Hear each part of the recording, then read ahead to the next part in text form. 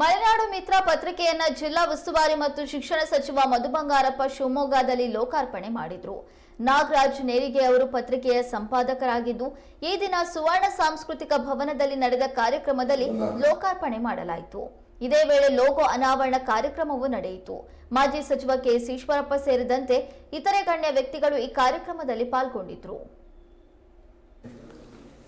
ಬಂಗಾರಪ್ಪನವರ ಈ ರಾಜ್ಯ ಮಾತ್ರ ಅಲ್ಲ, ರಾಷ್ಟ್ರವು ಕಂಡಂತ ಉಲ್ಲೇಖ ಮಾಡಿದಂಥ ಸನ್ಮಾನ್ಯ ಶ್ರೀ ಮಧು ಬಂಗಾರಪ್ಪನವರಿಗೆ ಇಲ್ಲಿಗೆ ಬಂದು ಶುಭ ಸಂದೇಶವನ್ನು ಹೇಳಿ, ಮಲೆನಾಡು ಮಿತ್ರ ಪತ್ರಿಕೆಗೆ ಅನೇಕ ಮಹನೀಯರುಗಳು ಶುಭ ಸಂದೇಶವನ್ನು ಕಳಿಸಿಕೊಟ್ಟಿದ್ದಾರೆ. ಅವರಲ್ಲಿ ಸ್ವಸ್ತಿ ಶ್ರೀ ದೇವೇಂದ್ರ ಕೀರ್ತಿ ಭಟ್ಟಾರಕ ಮಹಾಸ್ವಾಮಿಗಳು, ಅತಿಶಯ ಕ್ಷೇತ್ರ ಹೊಂಬುಜ, ಸ್ವಾಮಿ ದಯಾನಂದ ಸರಸ್ವತಿ ರಾಮಕೃಷ್ಣ ವಿವೇಕಾನಂದ ಆಶ್ರಮ, ಕಲ್ಲಂಗೂರು ಶಿವಮೊಗ್ಗ.